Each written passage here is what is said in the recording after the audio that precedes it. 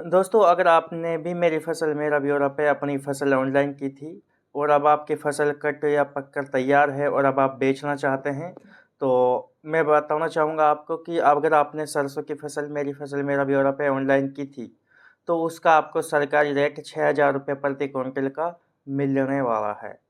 इसका क्या प्रोसेस रहेगा? हमें सरसों कहाँ पे बेचनी है? क्योंकि कुछ लोग तो इसके बारे में जानते हैं, लेकिन कुछ भाई ऐसे हैं, कुछ किसान भाई ऐसे हैं जो इसके बारे में नहीं जानते।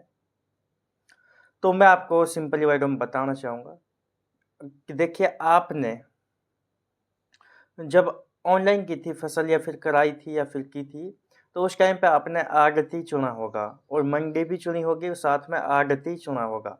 यानी कौन-सी आड़त पे आपको ये फसल बेचनी है और कौन-सी मंडी में ये फसल आपको बेचनी है। अगर आपको नहीं पता है तो आप देख लीजिएगा और नहीं देखना आता है तो कमेंट करके बता देना, दूसरी वीडियो बना दूँगा। उसके बाद आपको जो भी पहले आपको देखना है कि मंडी कौन-सी है आपकी। पहले आपको मंडी चले जाना है, फिर आपको देखना है कि आपका आढ़ती कौन है, मतलब कितने नंबर की शॉप है और आढ़ती का नाम क्या है, कंपनी का नाम क्या है, उसकी कंपनी का जो नाम होता है, तो वो नाम आपको देखना है, फिर उस दुकान को आपको फाइंड करना है। उसके बाद उस दुकान पे चले जाना है और वहाँ पे बोलना है कि मेरे पास इतनी फसल है यानी इतनी सरसों है और क्या रेट आप लेना चाहोगे? तो वो कुछ अलग रेट बताएगा, लेकिन आपको बोलना है कि हमने फसल ऑनलाइन की हुई है, मेरी फसल मेरा ब्यौरा पोर्टल पर, और हमें सरकारी रेट के साथ ही ये फसल बेचनी है। यानी 5950 रुपये प्रति क्विंटल के हिसाब से आपकी सरसों की फसल बेची जा रही है।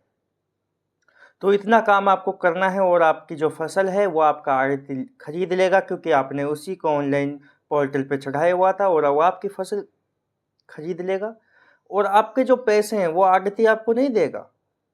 आपको जो पैसे हैं आपके, यानी आप सरसों बेचोगे तो पहले मतलब जब बिना कोई रेट के, मतलब जो भी रेट लगाते हैं उधर तो डायरेक्ट नगद पैसा दे दे दिया जाता है ना।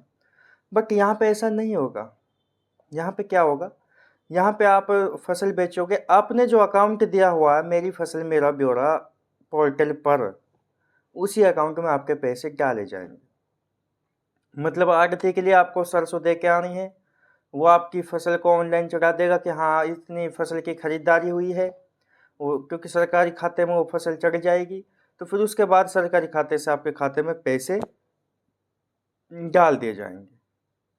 ये प्रोसेस होता है सरसों बेचने का सरकारी रेट पर, और जितना भी रेट है वो मैं भी आपको बता चुका हूँ। इसके अलावा शायद ही आपका कोई सवाल बचा होगा।